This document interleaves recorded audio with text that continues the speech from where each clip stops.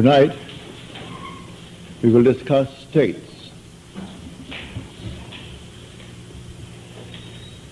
When we open the Bible and read the story as it's given to us,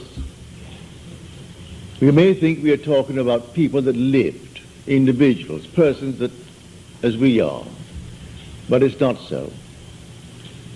The characters depicted in the Bible are not the individuals named.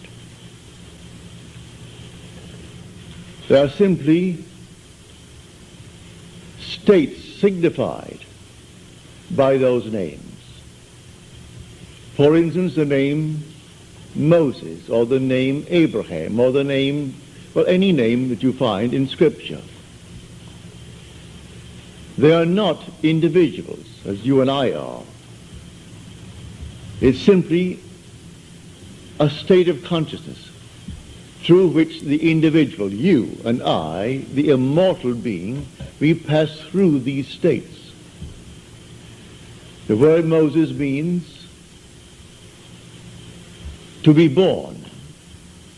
It's the old perfective of the Egyptian verb to be born. Abraham, the father of the multitudes. We start there, moving through states.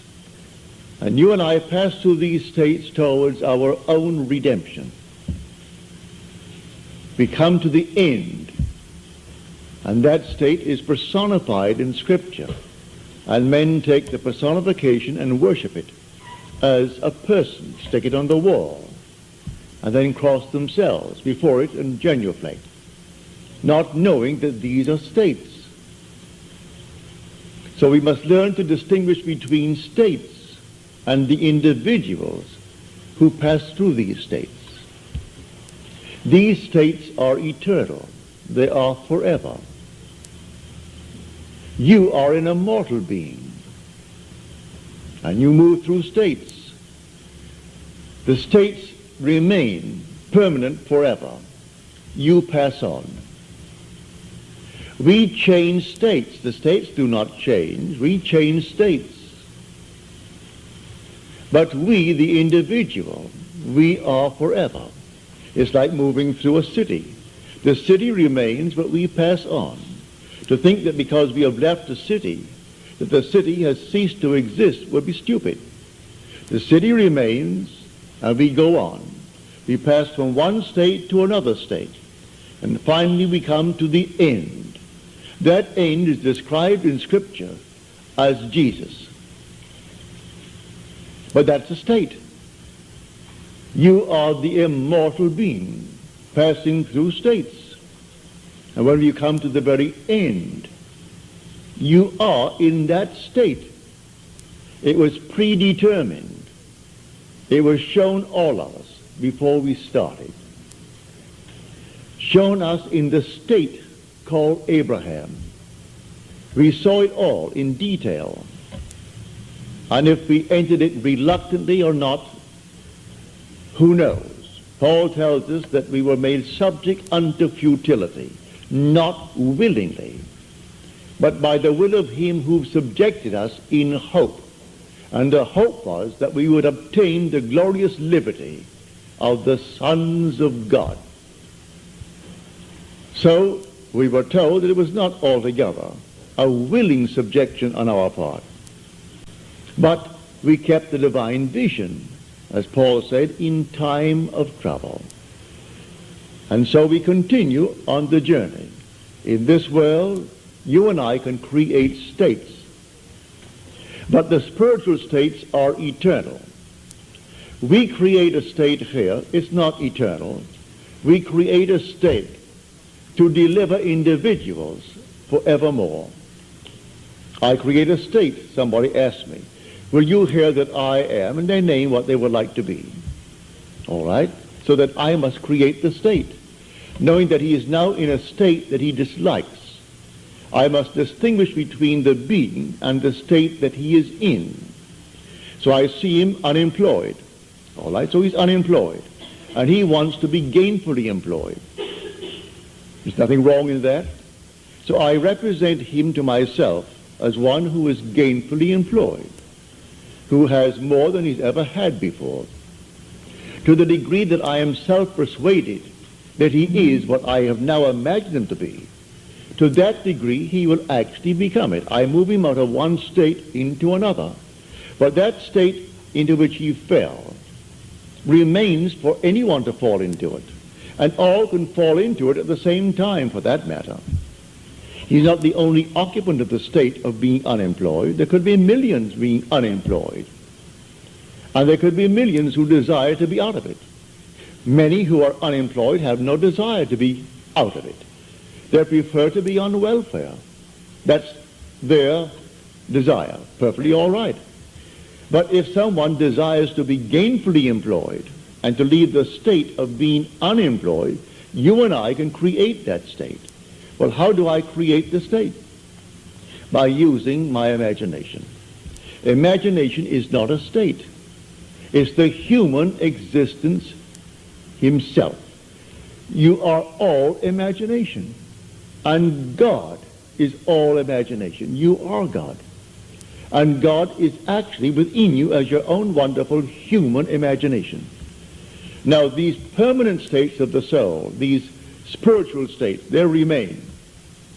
You and I pass through them towards our own redemption. But in the interval, we meet a friend, and the friend is in need of help. And the help is to move him out of the state. I can give him money, but as Peter said, silver and gold have I not for thee, but such as I have give I unto thee. And he creates a state and takes the man from being a beggar, who's always begging on the corner, and puts him into a state where he jumps up with joy. He's now employed, not begging for money. So he didn't give him coins. He simply gave him a new state of consciousness. So I take you as an individual. I represent you to myself as the one that you would like to be. The one that I, if I were in your state, would like to be. I make it fit within what is known as the golden rule. I do unto others as I would have them do unto me. If I were in that state, would I like to be in some better state? Certainly. Well, then, do it to another.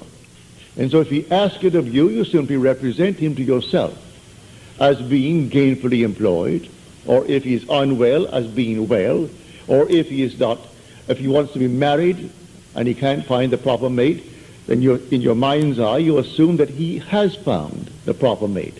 Whatever it is that is a normal, natural request that is not in conflict with your own moral, ethical code. And you create a state. This state, then you lift your individual into that state. Well, how do I do it?